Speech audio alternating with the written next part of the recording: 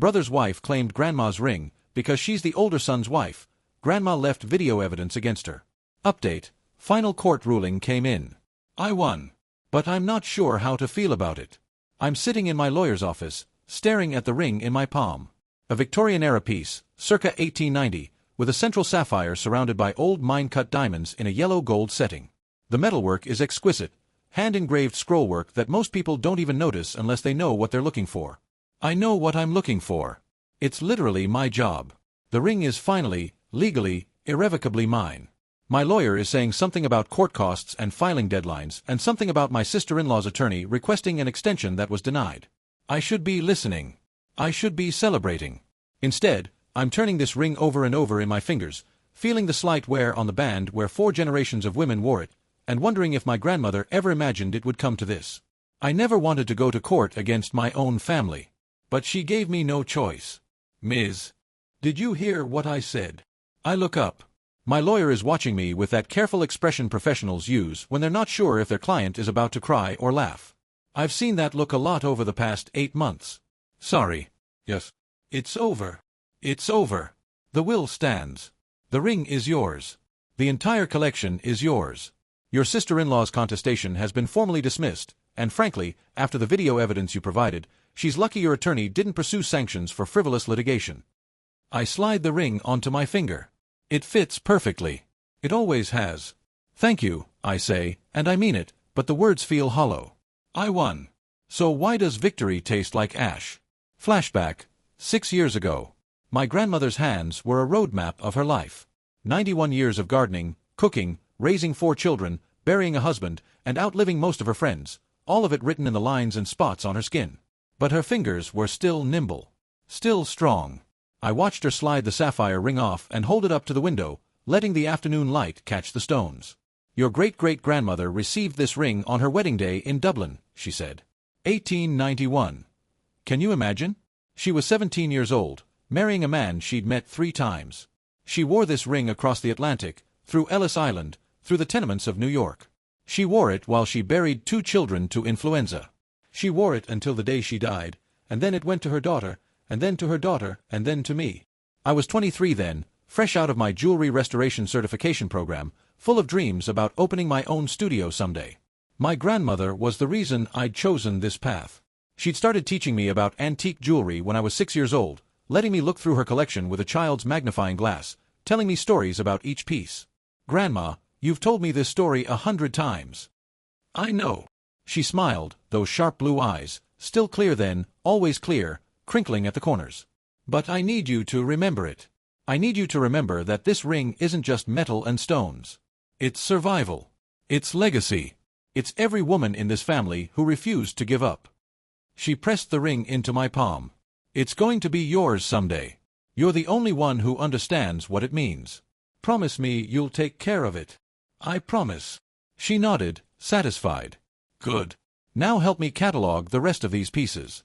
Your mother thinks I should sell the Victorian mourning brooch, but she has no appreciation for sentiment. My grandmother was right about that. My mother loved her, but she'd never shared her passion for old things. Neither had my brother. He was 3 years older than me, already married by then, focused on his career in finance and his new wife's plans for their future. He'd been at our grandmother's house maybe 5 times in as many years. But I was there every Sunday. Every holiday. Every time she needed someone to help her polish the silver or reorganize her jewelry boxes or just sit and listen to her stories. I was there because I wanted to be, not because I had to be. I think that's the part my sister-in-law never understood. You can't inherit love. You have to earn it. Flashback: 2 years ago. My grandmother's decline was gradual, then sudden, the way these things often are. 1 month she was sharp as a tack, correcting my technique on a delicate Edwardian repair I'd brought to show her. The next, she was forgetting to eat, leaving the stove on, calling me by my mother's name. Not dementia. The doctors were clear about that. It was the cancer, spreading to her brain, muddling her thoughts. But there were good days and bad days, and on the good days, she was still herself. Still fierce. Still stubborn. Still absolutely certain about what she wanted. I need you to film this, she said one afternoon, about 6 months before the end. It was a good day. She was sitting up in bed, her white hair brushed and pinned back, wearing her favorite blue cardigan. She'd asked me to bring her jewelry box. Film what? Me. Explaining. I know what's going to happen when I'm gone, sweetheart. I've watched this family long enough. Your brother's wife has been eyeing this collection since their wedding day, and she's going to make trouble. I wanted to argue. I wanted to tell her she was being paranoid. But I'd seen the way my sister-in-law looked at my grandmother's rings. I'd heard her comments about family heirlooms, and proper traditions, and what belongs to the eldest son's household. My grandmother knew her own family better than I did. That's why she made me film those videos. When I die, my grandmother said, looking directly into my phone camera, her voice steady and clear, I want my granddaughter to have my sapphire ring. I've told her this since she was a child. It's not about money or tradition or who married whom. It's about who understands. She's a jewelry restorer. She's dedicated her life to preserving beautiful old things. She'll take care of this ring the way it deserves to be cared for. That's my wish, and I'm of sound mind when I say it. The date is March 15th, the current president is, she named him, and I had oatmeal with blueberries for breakfast. I'm not confused. I know exactly what I'm doing. She made me film 3 more videos over the following months. In each one, she stated the date, current events, personal details only she would know. She was building a case. Preparing evidence for a battle she knew was coming. Why are you doing this? I asked her once, after a particularly long recording session. She reached out and touched my cheek, her hand cool and paper-thin. Because I love you. And because I know what that woman is capable of. She's not evil, sweetheart. She's desperate. She grew up with nothing, and she married your brother thinking she was marrying into something. She's been disappointed ever since. The ring represents everything she thought she was getting and didn't. She'll fight for it because she doesn't know how to stop fighting for things. That doesn't make it right. No, it doesn't. But understanding why someone does something helps you predict what they'll do. Remember that. I've remembered it every day since. Flashback, the death. My grandmother died on a Tuesday in October. I was holding her hand. The hospice nurse had called that morning to say it was time, and I dropped everything. Left a half-restored Art Deco bracelet on my workbench, canceled 2 client meetings, to be there. My mother arrived an hour later. My father, stoic and silent, sat in the corner. My brother came in the evening, apologizing for the delay, something about a meeting he couldn't reschedule. His wife didn't come at all. She sends her love, my brother said, not meeting anyone's eyes. She's not good with this kind of thing. I didn't answer. I was watching my grandmother's chest rise and fall, each breath shallower than the last. She hadn't opened her eyes in hours, but when I squeezed her hand, her fingers twitched. She knew I was there. She died at 11:47 p.m. Peaceful. Expected. Loved. I cried into my mother's shoulder while my father went to find the nurse. My brother stood by the window, hands in his pockets, looking out at the darkness. I remember thinking, this is how it ends. 91 years of living, and it ends in a quiet room with bad lighting and 3 generations crying into tissues. I didn't think about the ring. Not then. Not in those first raw hours. There would be time for that later. Too much time, as it turned out. Update 1. The will reading. The will reading happened 2 weeks after the funeral. My grandmother's attorney, a patient man who'd known her for decades, gathered us in his office on a gray November afternoon. My parents, my brother, his wife, me. All of us in black, still wearing our grief like ill-fitting clothes. My grandmother had been meticulous. Everything was outlined, every item accounted for. The house went to my parents. Financial assets were split between her children and grandchildren in carefully calculated portions. Her book collection went to the local library. Her garden tools went to her neighbor who'd helped her plant roses every spring for 20 years. And then, to my granddaughter, I leave my complete collection of antique jewelry, including the Victorian sapphire ring that has been in our family for 4 generations. She has the expertise to preserve these pieces and the heart to honor their history. This bequest is made with full knowledge and intention, as documented in supplementary video recordings held in my safety deposit box. I felt my sister-in-law go rigid beside me. The attorney continued reading, but I wasn't listening anymore. I was watching my sister-in-law's face cycle through shock, disbelief, and finally, rage, barely contained behind a tight smile. After the reading, my parents went to speak with the attorney about the house. My brother wandered to the parking lot to take a phone call, which left me alone with his wife. "Well," she said, her voice perfectly pleasant, perfectly controlled. "That was unexpected." Was it? She turned to look at me. We'd never been close, polite at holidays, cordial at family gatherings, but never close. She was from a different world, one where family heirlooms meant generational wealth, not sentimental value. She'd grown up in a small apartment with a single mother who worked 2 jobs. She'd put herself through school on scholarships and loans. When she married my brother, she'd thought she was marrying into something. Old money. Prestige. Tradition. Instead, she got a middle-class family with delusions of grandeur and one genuinely valuable piece of jewelry that she wasn't getting. Your grandmother was very specific in her wishes, she said carefully. She was. It's just, in most families, heirlooms like that go to the eldest son. Or his wife. It's tradition. Whose tradition? Her smile flickered. The ring should stay in the main family line. It should go to someone who'll pass it on to their children. You're not even married. Neither is the ring required to be. It's mine. Grandma wanted me to have it. Grandma was 91 years old and sick. People that age get confused. They get manipulated by whoever is spending the most time with them. I felt something cold settle in my chest. Here it was. The first shot fired. Are you calling me a manipulator? I'm just saying. She adjusted her purse on her shoulder, still smiling that terrible smile. Some people might question whether a woman that ill really knew what she was doing when she changed her will. She didn't change her will. She'd planned this for years. And she wasn't confused. She was the sharpest person I've ever known. We'll see. She walked away, heels clicking on the marble floor. I stood there, the November light weak through the windows, and I knew. I knew exactly what was coming. My grandmother had tried to prepare me, but I wasn't ready. Not really. You're never ready to go to war with your own family. Update 2, the campaign. My sister-in-law didn't wait long to make her move. Within a week, I started getting calls from relatives I hadn't spoken to in years. Distant aunts. Second cousins. Old family friends. All of them had heard some version of the story. Poor thing, she married into the family expecting to receive the family heirloom, and then the younger sister swooped in and took everything. The grandmother was basically senile at the end, you know. So sad. So unfair. Then came the social media posts. She never named me directly, she was too smart for that. But she didn't need to. Family drama is the worst, she wrote, alongside a photo of my grandmother from happier times. When you marry into a family, you expect to be treated like family. But some people are just takers. Some people don't understand the meaning of tradition. The comments were predictable. Sympathy, outrage, offers of support. Her friends, her co-workers, her book club, all of them rallied around her, united against the unnamed villain who'd stolen her rightful inheritance. I called my brother. Can you please talk to her? This is getting out of hand. He sighed, that familiar sound of a man who'd rather be anywhere else. I don't want to get involved in women's drama. This isn't women's drama. Your wife is publicly accusing me of manipulating our dying grandmother.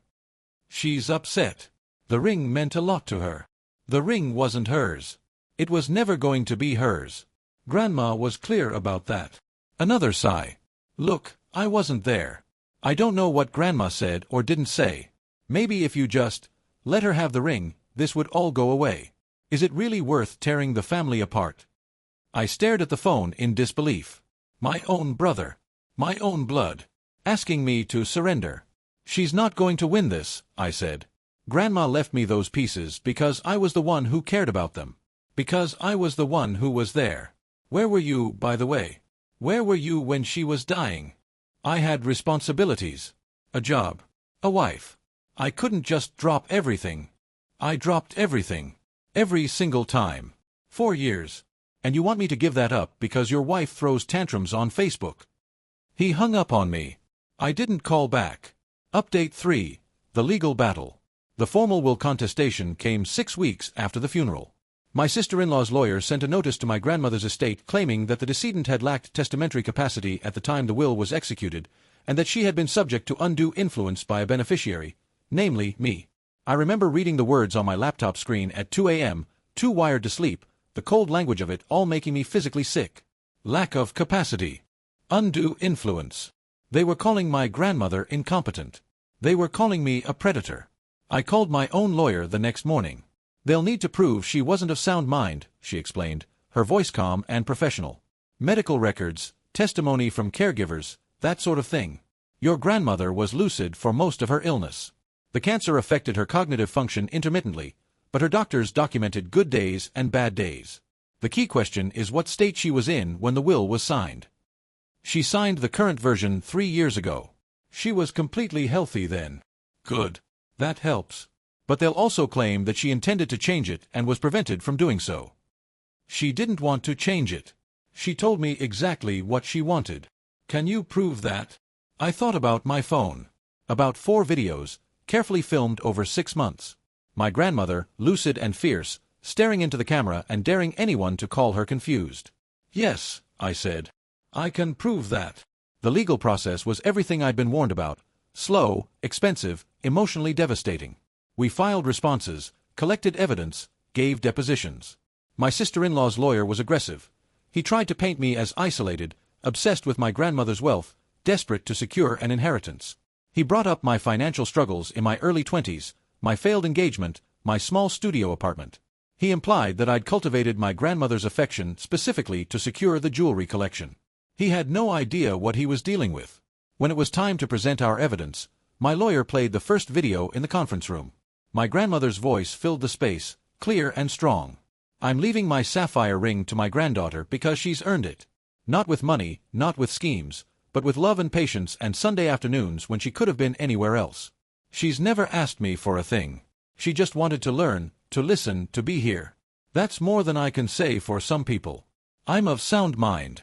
I know exactly what I'm doing. And if anyone tries to take this from her, I want them to know, I see you. I've always seen you. And I made sure my granddaughter would be protected. My sister-in-law's face went white. We played all 4 videos.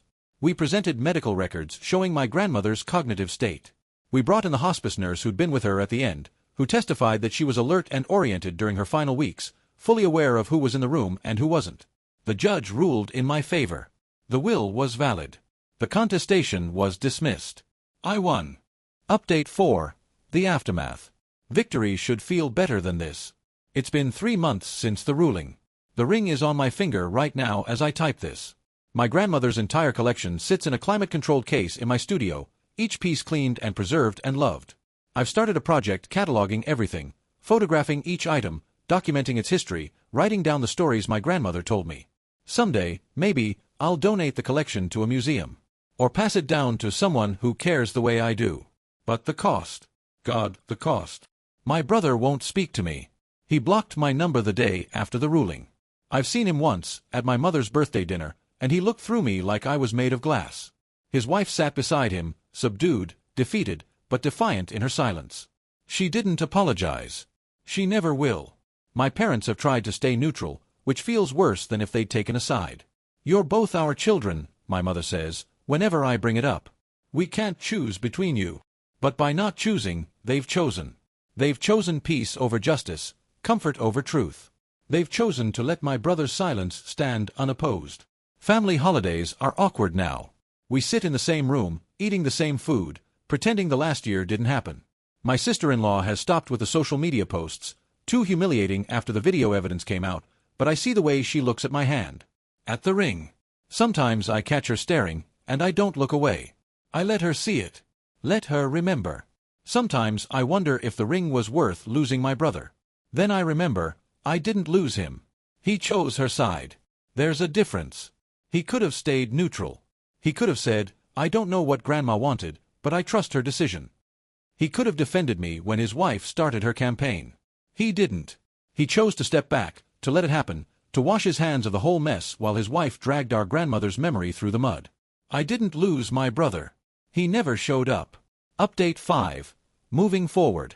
It's been 6 months now since the final ruling. I've had time to process, to grieve, to make peace with what happened. I wear the ring every day now. Not because it's beautiful, it is, but because giving it up would mean she won. And my grandmother didn't raise me to surrender. When I touch the smooth gold band, I think about my great-great-grandmother at 17, crossing an ocean with nothing but hope and a ring on her finger.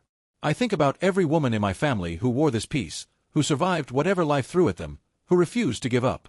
I'm part of that chain now. I'm carrying the weight and the honor. My grandmother knew this would happen. That's why she made me film those videos.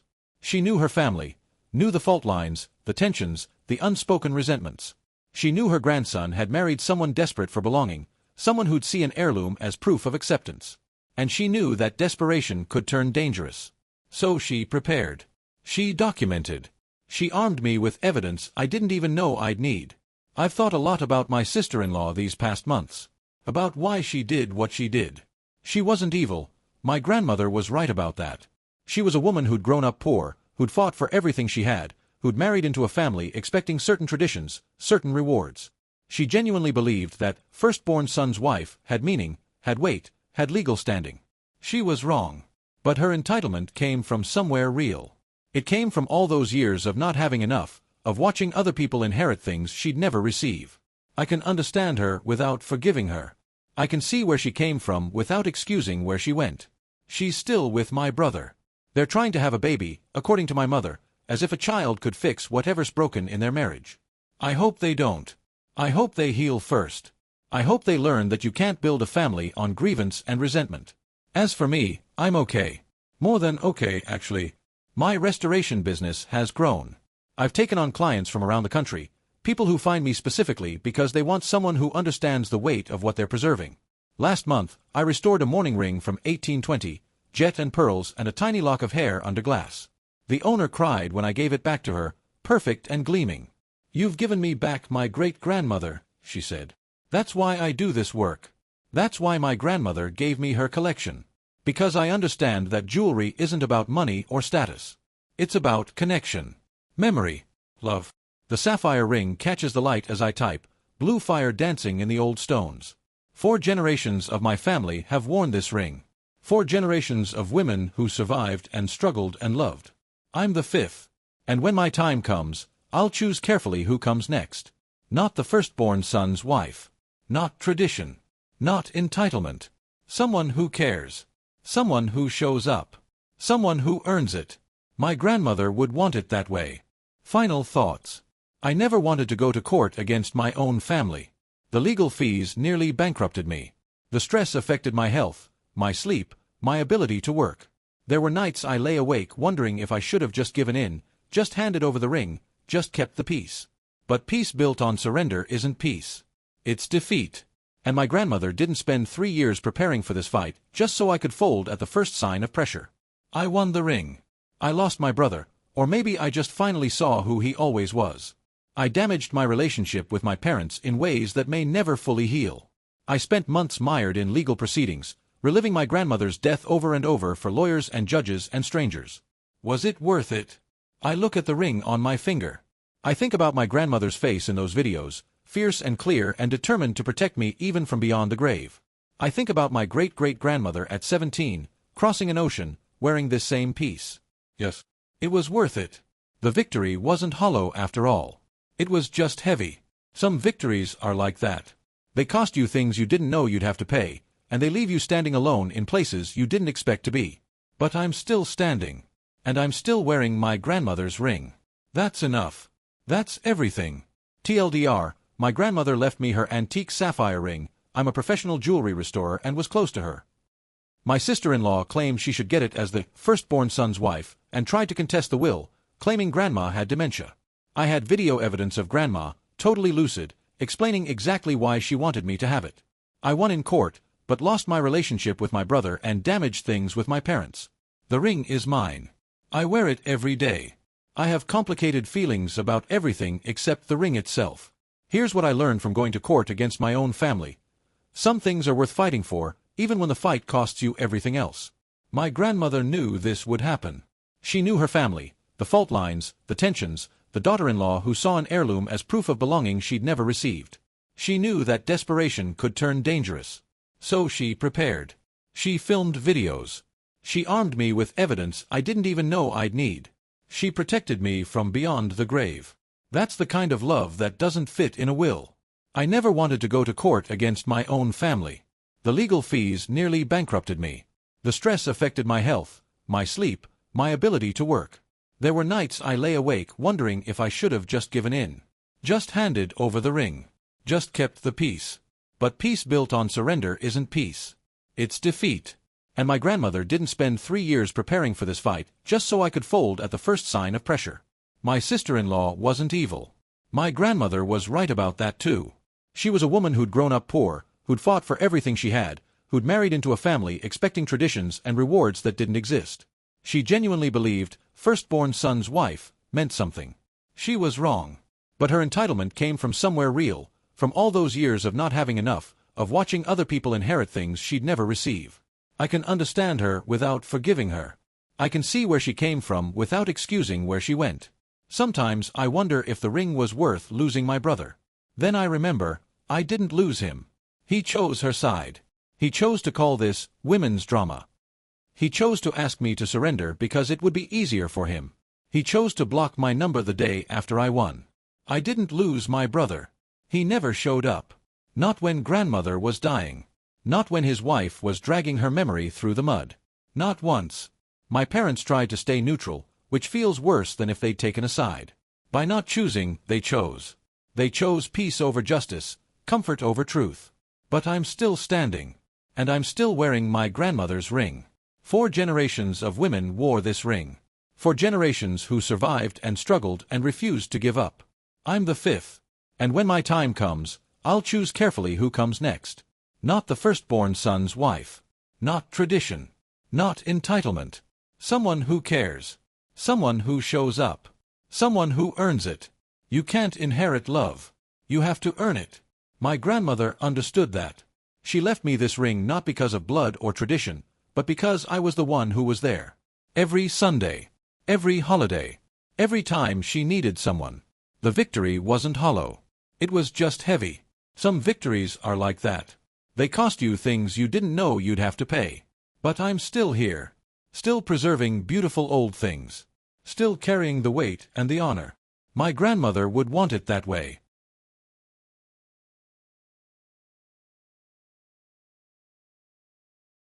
My coworker blackmailed me with old videos. I found something worse on him.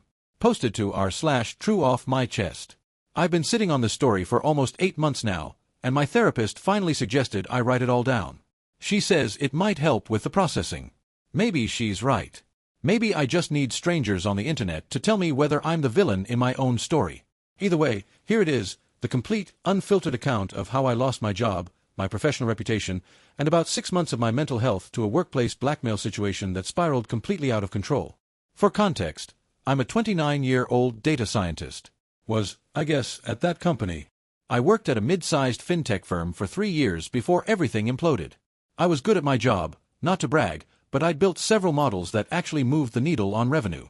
I had a solid relationship with my manager, decent rapport with leadership, and genuine friendships with a few colleagues. I thought I was safe there. Stable. Building toward something. I was wrong. The message. It started on a Thursday afternoon in March. I remember the day because we just pushed a major update to our fraud detection system, and I was riding high on the success. My Slack notification pinged, and I saw a DM from my coworker, a guy who'd joined the team about 8 months prior. We weren't close. He sat 3 desks over, handled a different product vertical, and we'd maybe exchanged 50 words total outside of stand-up meetings. The message was simple. Hey, got a minute? Found something interesting about you online. Come to the break room. My stomach didn't drop immediately. I figured maybe he'd found my LinkedIn, seen something about a shared connection, wanted to network. Normal stuff. I grabbed my coffee mug and headed over. He was already there, sitting at the corner table, phone in hand. The smile on his face wasn't friendly. It was the smile of someone holding cards they know you can't beat. So, he said, sliding the phone across the table. I didn't know you were internet famous. I looked at the screen, and my entire body went cold. What he found. Let me explain something that most people don't realize about the internet. Nothing ever truly disappears. You can delete posts, scrub accounts, change usernames, but somewhere, cached on some server, archived on the Wayback Machine, screenshot and shared to a forum, your past is waiting. In my case, the past was from 2019.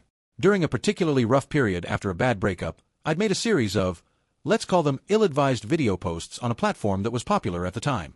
Not anything illegal. Not explicit, exactly. But deeply, profoundly embarrassing. The videos were essentially drunk rants about my ex crying. Ranting about how I'd been wronged. Some truly pathetic attempts at poetry that I'd composed at 2 a.m. after too much whiskey.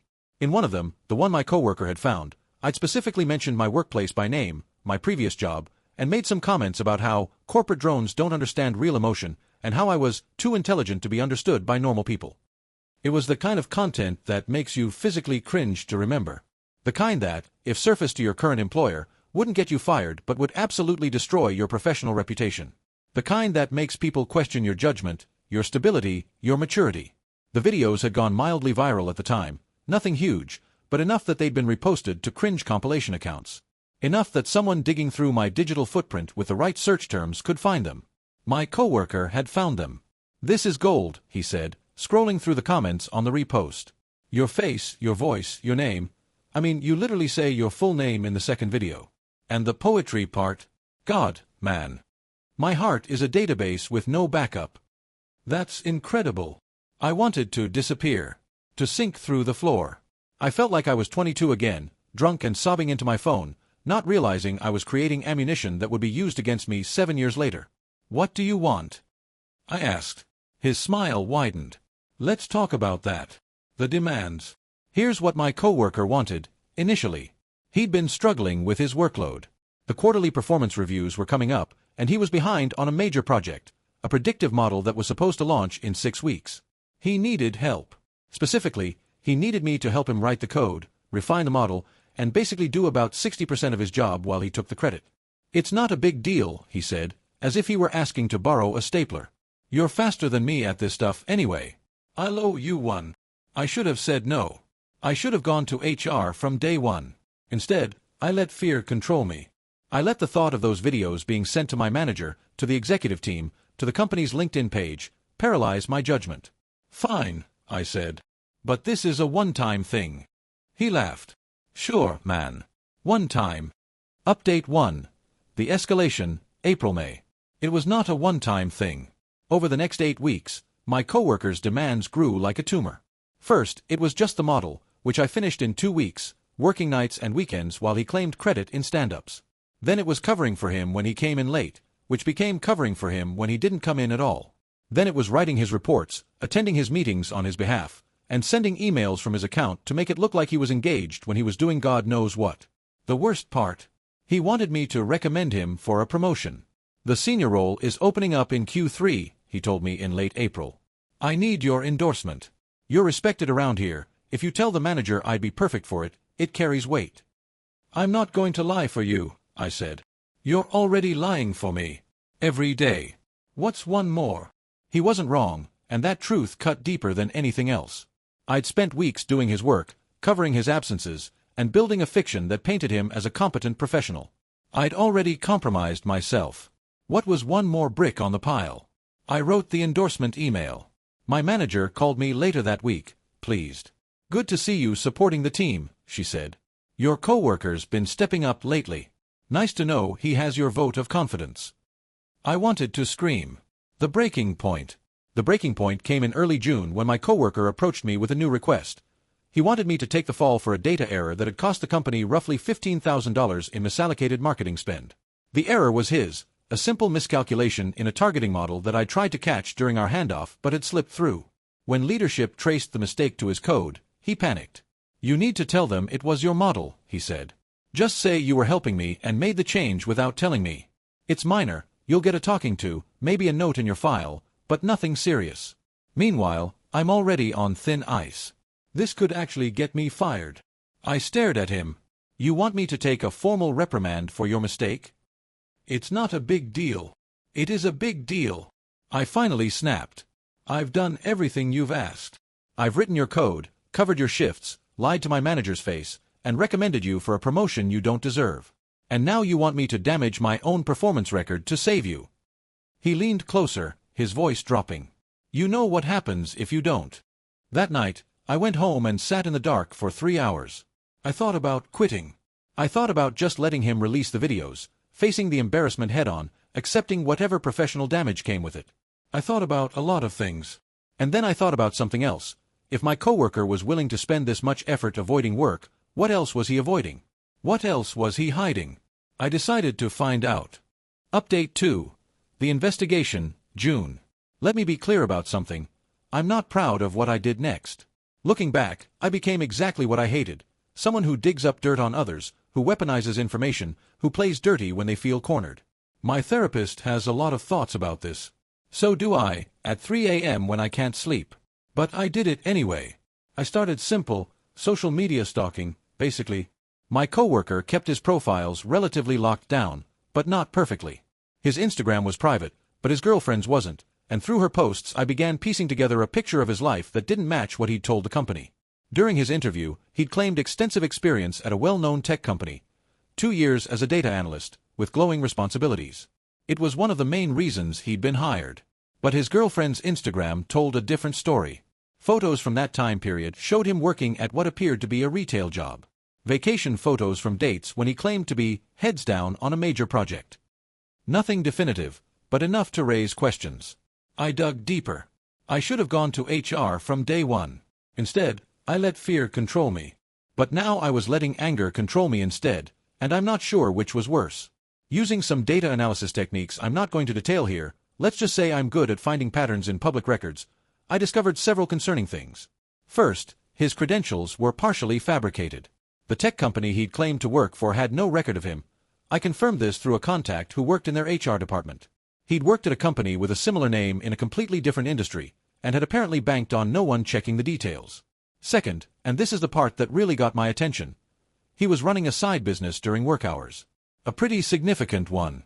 Through some corporate registration lookups and transaction patterns I noticed when I had access to certain systems, I found evidence that he was operating a consulting firm that was directly competing with some of our company's clients. He was literally using work time and, in some cases, work resources to build a competing business. This wasn't embarrassing content from a bad breakup. This was fraud. This was a fireable offense that would follow him to every future job. This was, potentially, something that could involve lawyers. And I had proof. Update 3. The confrontation, late June. I didn't go to HR right away. I know that sounds stupid now, but at the time, I had this fantasy of mutually assured destruction, of walking up to my coworker, showing him what I'd found, and ending the whole nightmare with a simple agreement. You forget about my videos, I forget about your fraud, and we both pretend the last 3 months never happened. I was naive. Or maybe just desperate to avoid the nuclear option. I caught him in the parking garage after work on a Tuesday. He was walking to his car, phone in hand, probably texting one of his consulting clients. "We need to talk," I said. He looked up, that familiar smug expression already forming. "About what?" "The data error. I'm still waiting for you to." "About Vertex Consulting," I said. "About the fake work history. About the 12 hours a week you spend on your side business while billing the company for your time." His face went through about 6 emotions in 2 seconds. Confusion, recognition, fear, anger, calculation, and finally a kind of forced calm that didn't reach his eyes. "I don't know what you're talking about. I have documentation. Corporate filings. Transaction records. Screenshots of your LinkedIn activity showing client meetings during times you were supposedly in our stand-ups. I have everything." There was a long pause. Cars passed us in the garage. Someone's alarm beeped 2 rows over. "So what?" he finally said. "We both have dirt. You release yours, I release mine. Mutually assured destruction, right? Except here's the thing, your videos make you look pathetic. My stuff makes me look like a criminal. The asymmetry doesn't work in my favor." "I'm not here to threaten you," I said, though that wasn't entirely true. "I'm here to propose a truce. You delete everything you have on me. I delete everything I have on you. We go back to being co-workers who don't talk, and in a year, one of us transfers to a different team or finds a new job, and this all becomes ancient history." He stared at me for a long moment. Then he laughed, not a genuine laugh, but something bitter and tired. "You know I'm in debt, right?" he said. "Like real debt. The kind that follows you. The kind that makes you desperate enough to leverage embarrassing videos against a coworker because you need to keep a job you're not qualified for." I didn't say anything. The consulting thing, that was supposed to be my exit strategy. Build up clients, make enough money to pay off the worst of it, then leave this place and actually do something with my life. But it's not working. Nothing's working. And now you have me by the throat, just like I had you. For a moment, just a moment, I felt something like sympathy. We weren't so different, really. Both of us cornered. Both of us making terrible choices because we couldn't see any other way out. "So what do we do?" I asked. He shook his head. "I don't know, man. I genuinely don't know." Update 4. HR gets involved, July. The truce lasted exactly 11 days. I don't know what changed, Maybe his debt situation got worse, maybe one of his consulting clients fell through, maybe he just decided that offense was better than defense. But on a Wednesday morning, I walked into the office to find my manager waiting at my desk with a printed screenshot of one of my videos. "We need to talk," she said. "In the conference room." Now, my coworker had sent everything to HR, my manager, and 2 members of the executive team. The videos, transcripts of my drunken rants, a detailed timeline arguing that my emotional instability made me a liability to the team. The meeting was brutal. My manager looked disappointed, not angry, just genuinely let down. HR was professional but cold. The executives had clearly already made up their minds about what kind of person I was. I should have just taken it, apologized, accepted whatever consequences came, and moved on with my dignity mostly intact. Instead, I did what I'd promised myself I wouldn't do. I went nuclear. "Before you make any decisions," I said, my voice steadier than I felt, "you should know that the person who sent you this material has been committing fraud against the company for the past year." The room went very quiet. I laid it all out. The fabricated work history. The competing consulting business. The hours of work time spent on personal clients. The misuse of company resources. I'd brought copies of everything. Corporate filings, time-stamped LinkedIn activity, the works. "I have documentation for all of this," I said. I wasn't planning to bring it forward because I wanted to handle this privately. But since we're apparently doing this the hard way. My manager's expression shifted from disappointment to something more complicated. HR immediately requested a recess to investigate the new information. The investigation took 3 weeks. During that time, I was placed on administrative leave. So was my coworker. We were both told not to contact each other, which was fine by me. I never wanted to see his face again. In the end, HR's findings were clear. My coworker had committed multiple terminable offenses, including credential fraud, conflict of interest, and theft of company time. He was fired immediately, with the possibility of legal action pending review by corporate counsel. As for me, well, my videos weren't illegal. They weren't even technically against company policy. But the way I'd handled the situation, the months of covering for someone else's work, the false endorsement email, the failure to report harassment, all of that created what HR called a pattern of judgment concerns. I was given a choice: resign with a neutral reference, or be fired for cause with documentation that would follow me. I resigned. Update 5. The aftermath, August present. I won, I guess. But it didn't feel like winning.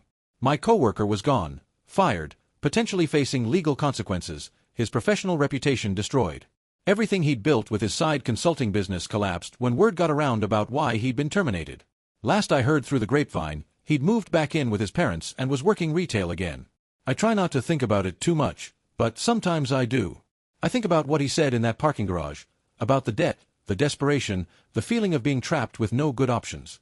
I'm not excusing what he did. Blackmail is blackmail.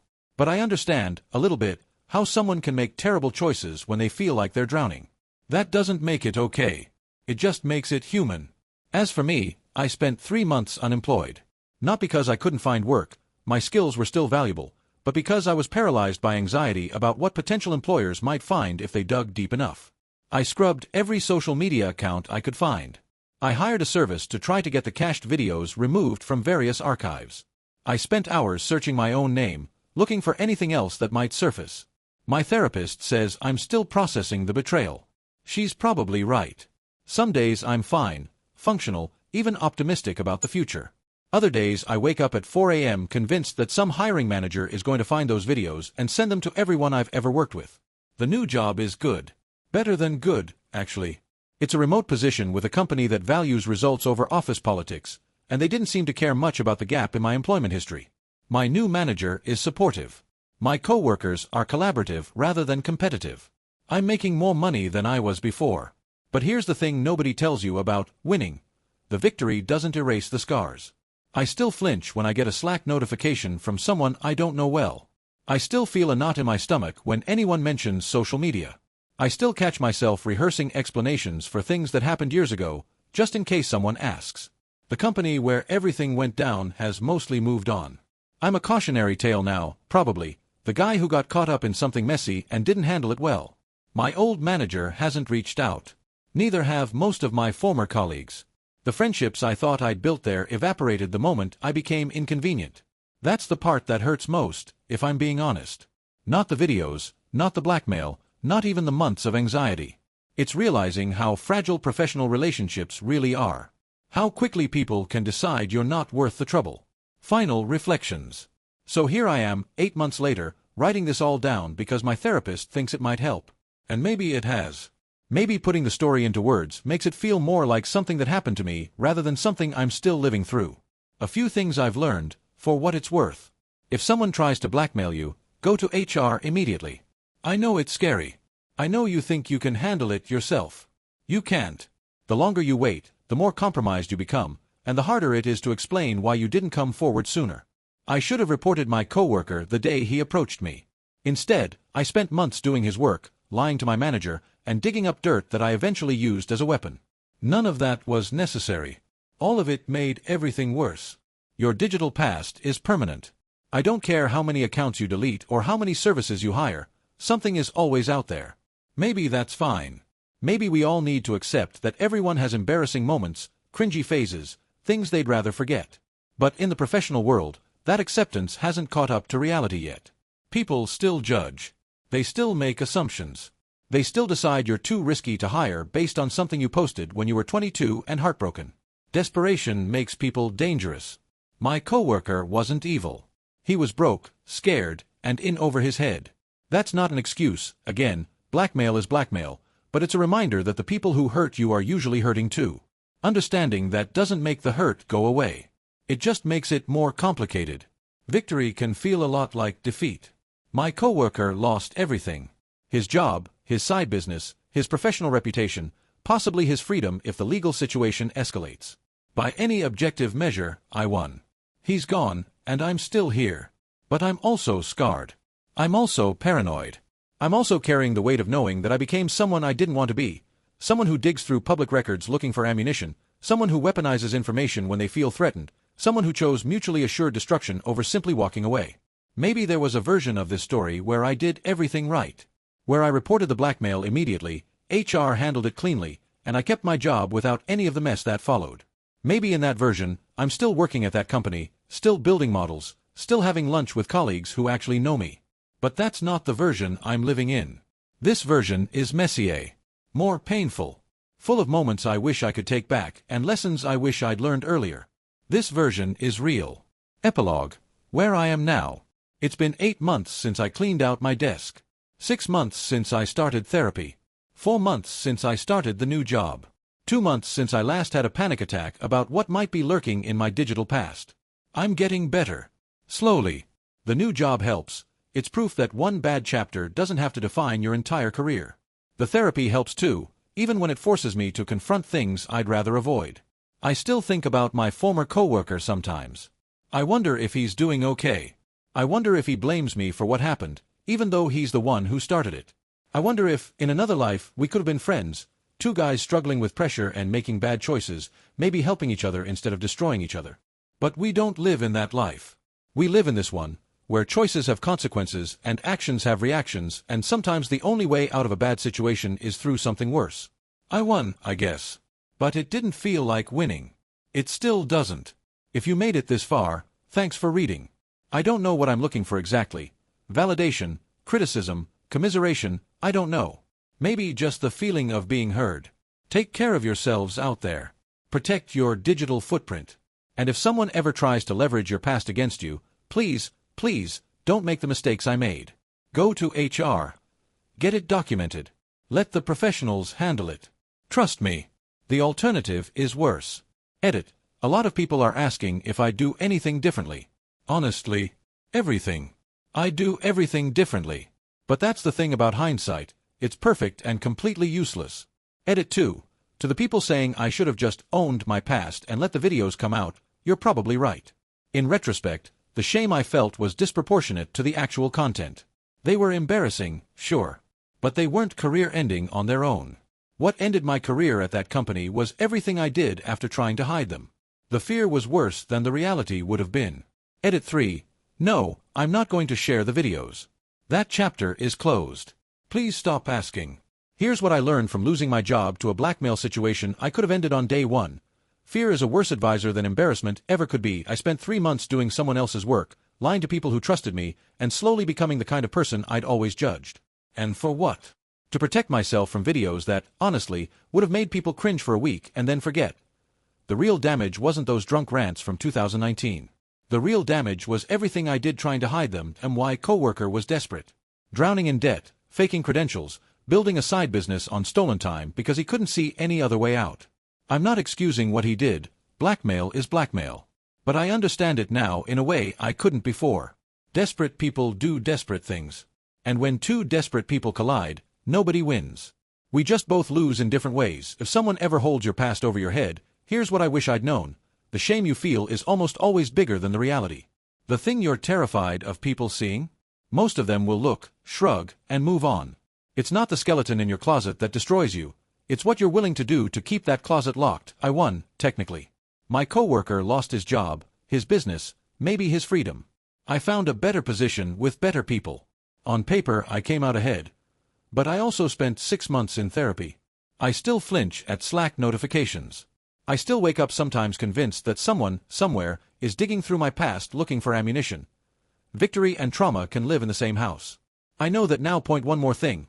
The professional relationships I thought were real, the colleagues I'd grab lunch with, the manager who praised my work, they all disappeared the moment I became inconvenient. That's not bitterness talking. That's just reality. Most work friendships are situationships. When the situation changes, so do they. Protect your digital footprint if you can. But more importantly, protect your integrity. Because the version of yourself you become while hiding is usually worse than whatever you were hiding from. I learned that the hard way. I'm still learning it.